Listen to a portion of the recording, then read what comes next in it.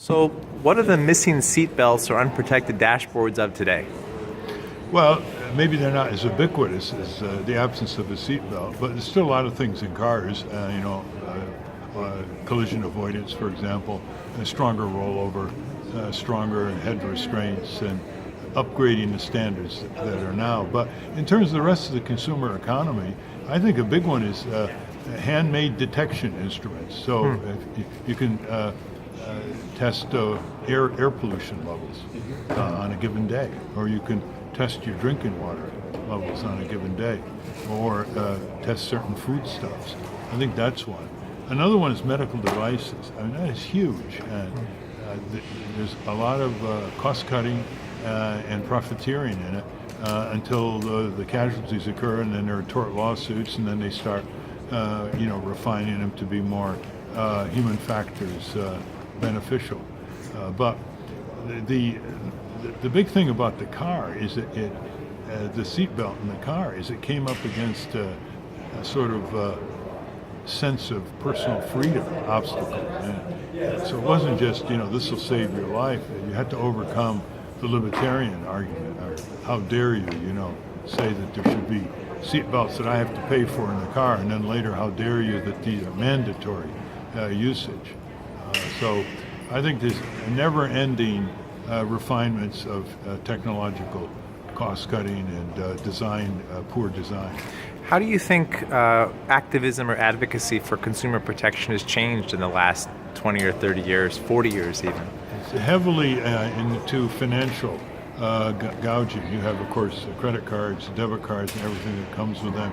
You have a massive expansion of fine print contracts that strip people of their freedom of contract, which, of course, is one of the pillars of our democracy.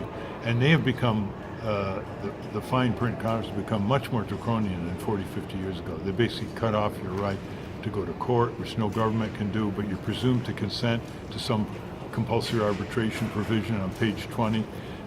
They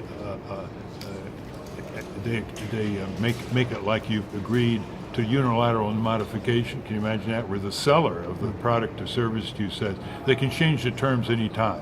And you're deemed to have accepted it, like frequent flyer durations, for example.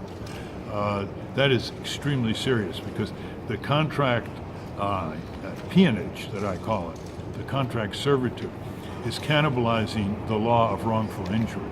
It is in effect stripping our rights when we're wrongfully injured from having our full day in court and a trial by jury. So the two pillars of our society, and we were taught at law school, the two pillars of our legal system, contract law and tort law, are being severely degraded by the commercial supremacists and their lobbying corps. You mentioned open government earlier today.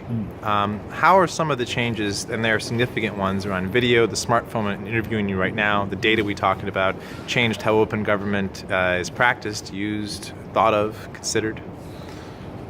It would be good to make a study as to whether the increasing openness of government has improved government.